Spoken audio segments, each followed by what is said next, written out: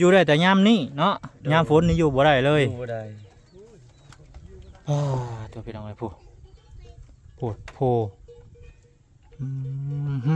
เพืองเอาเพืองใส่กินข้าวกับอันนี้บ่มื้อนี้โดนแจ่วกับหมกถั่วแห้โดนโอ้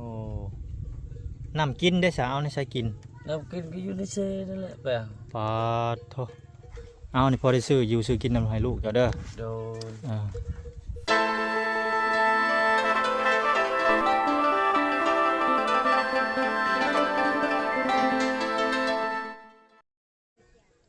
ไปน้องเนาะเปิดภาพมาเมื่อนี้ก็นี่แหละไปน้องเลยอยู่ที่บ้านนากระทองเซไปน้องเนาะเมืองชลบุรีแขวงสะหวรรณเขตเฮาไปน้องเนาะก็ใกล้เข้าไปหาทางยายไทยไปน้องก็เห็นเฮือนหลังหนึ่งเนาะไปน้องนี่เด้พอตัวขาดมุนมีสีประแดกเบิดไปน้องเลยเนาะตอนนี้ทางอันเพิ่นก็อยู่ตารางมันฮ้อนแฮงไปน้องสบายดีเด้อสบายดีก่อนอื่นก็ขอถามสื่อเรียงนามเพิ่นก่อนเนาะอ้ายชื่อจังไดมึงชื่อมื่นโดยอันน่ะเมียเจ้าบ่โดยเมียเจ้าชื่อแนวใดนี่เนาะโดยอันนี้ลูกเจ้าบ่แม่บ่2บ่3เนาะ3คน3คนเป็นจังไดอายุเท่าใดล่ะเจ้าน่ะประมาณ20ปลายนี่แหละ27 28โอ้27 28เองเนาะอันนี้เฮือนเจ้าบ่นี่โดยตัวพี่น้องฝนตกสิอยู่จังได๋น่ะขาดบ่แล้วพี่น้องเอ้ยเนาะอยู่เบิ่งนี่แต่ละคนบ่ได้เข้าโรงเรียนบ่ลูกเจ้าเข้าแล้วบ่นักครูเวลาสอนเราได้สอนเราไปสอนอยู่ป.หยังแหละป.3ป.3ไปเข้ามันบ่เป็นนะบ่เป็นหนังสือบ่เป็นป.3บ่เป็นมันบ่เป็นบ่เป็นอ่านไปเข้าอยู่ไสโรงเรียนนี่โอ้มีโรงเรียนอยู่ใกล้ๆเองซะเนาะโดฮอดแต่ป.3แม่นบ่อยู่นี่โดโอ้ปลาต้นไม้ก็บ่มีกกไม้กกตอกบ่มีเลยดิเนาะปอตัวพี่น้องเห็นแต่เฮือนโคโลอยู่เนาะมันก็ยากไปหยังไงเนาะอยู่กัน4คนให้หน้าตาต้มจะมีบ่มีอยู่เนาะมีก็บ่หลายนะมีก็บ่หลายแต่ปีจักสอบปีนึง10ใบสอบ15สอบกุ้มอยู่บ่แหละบ่กุ้มแล้วไปหายังขายบัดนี่สิไปหายังบ่มีบ่อนไปหามันแล้วกินข้าวสิไปหายังข้าวก็อึดนั่นเนาะหาเงินยากแถวนี้ก็เนาะโดยมันบ่มีมันไกลพี่น้องเอ้ยไกลมันไปนะเงินก็บ่พอไปหาเงินก็สิไปก็บ่พออยู่แบบนี้ไปหาสู่นำเขา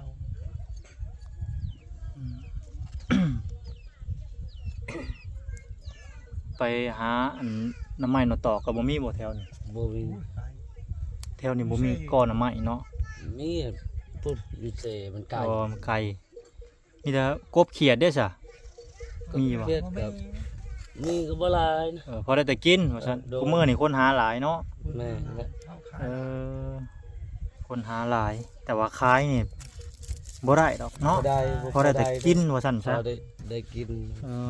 ได้ขึ้นบ่ยากสิหาขายก็บ่มีมันไม้ดินเจ้าได้ซะฮอดใส่ดินเจ้าดินเฮือนเจ้าฮอดใส่แถวนี้แหละแถวนี้บ่นาเจ้าอยู่ไสสามีบ่ซะต้นไม้ต้นตอกบ่มีบ่มีหญ้าก็อึดเนาะแถวนี้เนาะบ่มีมันตายมีแต่เอาเพื่องอันนี้เนาะอันนี้เฮ็ดโอ้เพิ่นเอ้ยปั่นเพื่องมาใส่เอาโอ้แล้วบัดนี้ไม่หนีบเอาบัดนี้เนาะโอ้เจ้าหน้าที่ขึ้นไปเบิ่งพี่น้องเจ้าหน่อยก่อนพี่น้องได้พูดคุยกับเพิ่นก่อนจะเล็กจะหน่อยว่าตกบัดฝนตกฝนตกอยู่ตารางโอ้แนวนั้นเนาะพี่น้องเอ้ยคือหมู่บ้านนี่มีจักหลังคาเฮือนบ้านหลังคาบ้านเจ้านี่มีจักประมาณหลังคานี่ประมาณ7-8หลังคานั่นอ๋อหลังคาบ่หลายเนาะบ่หลายบ่หลายเป็นหมู่บ้านนี่นี่เท่านี้แหละคือง่ายกับเบิดในบ้านมีเจ้านี่เนาะคือเห็นแต่เจ้านี่แหละเบิ่งนี่หลังคาเฮือนเพิ่นพี่น้องเอ้ยแบบส้นแบบมุกมุ่นแห้งอะไรจนนี่มีแต่เฮาผู้เดียวนี่แหละ ว่าจังไดเนาะหาอยู่หากินก็ได้แต่กุ้มบ่ได้ขายเนาะบ่ได้ไปรับจ้างแถวอันจุดซุ้มบ่ บ่ เห็นบ่ บ่ไปไม่ได้นะมีลูกมีข้าว พาลูก อย่าไปรับจ้างเพิ่นจังซั่นจังซี่บ่มีดอกเนาะคงจักโรงงานก็บ่มีพี่น้องเอ้ย บ่มีเหมือนกัน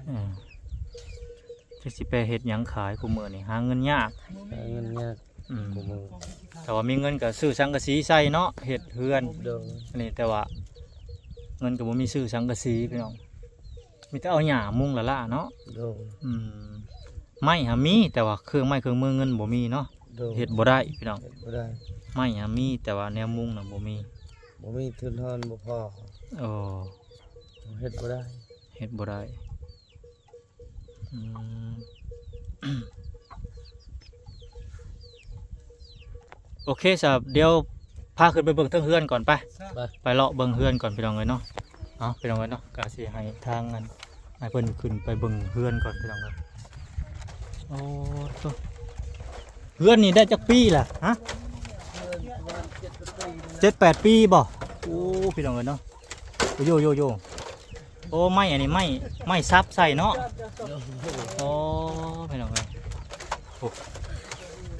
ปาตัวไฟฟ้าบ่มีบ่ บ่ ใส่แสงโซลาร์เซลล์เอา โดน โอ้นี่เด้เปิดแสงโซลาร์เซลล์เอาบาจากสากแบตได้ไปสากอยู่ใช้บัดนี่สากแบตโทรศัพท์มีบ่โทรศัพท์ มีตลอด ไปสากอยู่เฮือนเพิ่นเนาะ โดน เป็นยังไงเนาะอยู่8 ปีแล้ว โดน อยู่ได้แต่ยามนี้เนาะยามฝนนี่อยู่บ่ได้เลย อยู่บ่ได้ อ้าตัวพี่น้องไอ้ผู้โพดโพหึเพืองเอาเพืองใส่เพืองอยู่หน้าตัวเองเนาะ โดน เพืองนี่ร้ายแต่เขาว่าบ่ร้ายมากแต่เพืองเนาะ โดน อ๋อผู้เฮ็ดกินไปตักน้ำเอาอยู่ไสเนี่ยฮะ อยู่เซ่พุ่นจะตัก อยู่เซ่ผู้ โดน อ๋อตกเป็นยังไงตักอยู่เซ่โหโหโหระวังเด้ออ๋อตกนอนกันเบิดทุกคนเลยนี่เนาะ โดน อ๋อตกมาห้ามแต่ละมือไปหาหยังกินฮะ ใส่ไปหาหยังไปหาก ระป้อมกระบอกบ่แถวนี้ มีก็บ่ก็บ่พอหลายนะ บ่พอหลายอีหยังก็บ่พอหลายเนาะ โดน กินข้าวกับอันนี้บ่มื้อนี้ โดน แจ่วกับหมกถั่วแห่ โดน โอ้น้ำกินได้สาวในใช้กิน น้ำกินก็อยู่ในเซ่นั่นแหละไปเอา ปาดโถกินน้ำในเซเลยเนาะ โดน คะแนนแต่โรงเฮียนบ่ไกลปานใดพี่น้องเด้อยู่ใกล้ๆนี่เอง ใส่ก็เขาบ่ให้ใส่นะ โรงเฮียนบ่น่ะ โดย มันบ่ได้เข้า7-8 ปีแล้วเนาะ โดย ผลมันตกใส่ไปอย่างมันขาดมันหักเบิด โดย ปลามันแก้วบ่น่ะ โดย โอ้ไผปลูกเจ้าบ่ โดย โอ้มันแก้วพี่น้องเอ้ยปุ๊มันบ่แมงบ่บ่แมงเนาะ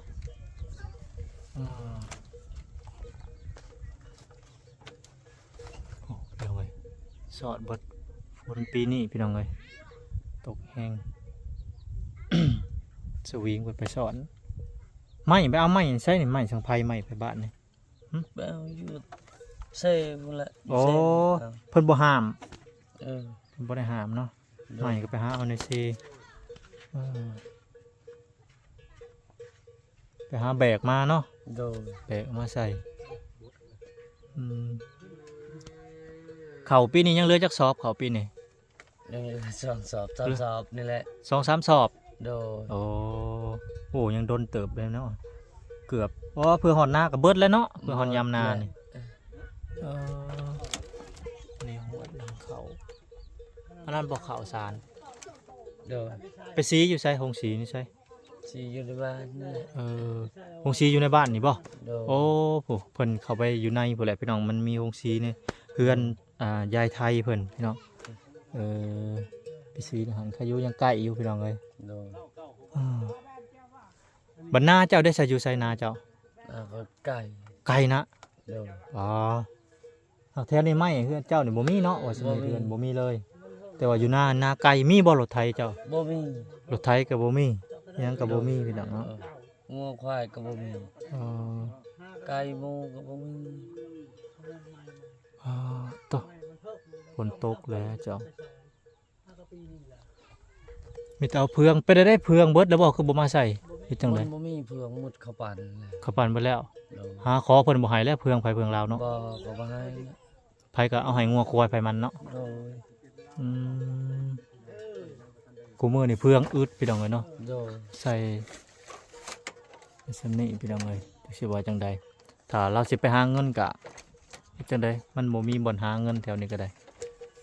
เบิดในบ้านในหมู่บ้านไผก็หาเบิดแถวนี้บ่ว่าสิเป็นกบเป็นเขียนนกหนูก็ดับเบิดแหละพี่น้องเอ้ยกูมื้อนี่ยากๆเนาะ โดย หายังขายก็พอแต่ปานนั้น โดย แต่กินก็ยังพอแห้งแหละแม่นบ่ โดย นี่เด้พี่น้องเอ้ยเนาะกินกับหมักตัวแห้เหมือนกินข้าวกับหมักตัวแห้เบิ่งเลยปูปลาหน้าน้ำก็มีอยู่บ่ บ่มีนะบ่พอมี ไผก็หาเบิดเนาะ หมดเขาว่าคนหลายเหรอ คนหลายว่าซั่นซะ มันบ่มี คู่มื้อนี้ไผก็อยู่น้ำป่าน้ำดง โดย หากินก็ดับเบิดแล้วสัตว์ก็ได้มันสิเอาหยังมาออกลูกเนาะ โดย ยิงแล้วก็โอ้ตัวพี่น้องเอ้ย เนาะก็ถือว่ามื้อนี้บ่ได้เข้าโรงเรียนเนาะ โดย แต่ว่าห้านแถวนี้มีบ่ห้านในโรงเรียนบ่มีบ่ห้านกินอยู่บ่มี มีบอล เขาขายเครื่อง ตัวนั่นนะกินนั่น ไปซื้อข้าวซื้อเครื่องอยู่ในบ้านบ่ ในบ้าน โอ้ นี่ ไปซื้อของอยู่ของกินแม่นอยู่ในบ้านเนาะ โดย เอานี่พอได้ซื้ออยู่ซื้อกินนำให้ลูกเจ้าเด้อ โดย อ่า ขอบใจเด้อ โอเคบ่เป็นหยังบ่เป็นหยังถือว่าก็พู้นแหละถ้ามันยามมันฝนตกเนาะ โดย ก็สิได้หาแนวมามุงอีกว่าซั่นนะเจ้าสิเอาหยังมามุงบัดนี้ จักเลยบ่มีปัญหาไม่จะไปหายาก็บ่มี อืมบ่มีมันหยามุงเนาะ โดย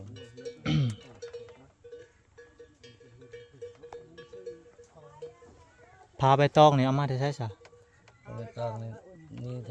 ธอดงเธอปลานี่นะ บ่ใครอยู่ใบตองยังมีหลายเนาะ โดย ไม่สารเอาใส่ได้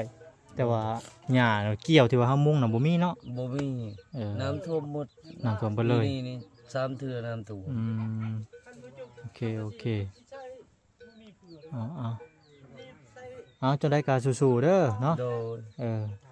แต่ว่าเพิ่นมีสังกะสีสีดีพี่น้องเนาะได้พอได้มุงนี่แหละพี่น้องเอ้ยเสื้อผ้าหน้าเพเพิ่นไปซักซักเครื่องก็อยู่เซ่บ่เลยเนาะอาบน้ำอยู่เซ่ นั่นแหละ โอเคมื้อหน้ามื้อไหนสิมาเยี่ยมมายามใหม่เด้อ โดย เอาสบายดี สบายดี สบายดี สบายดี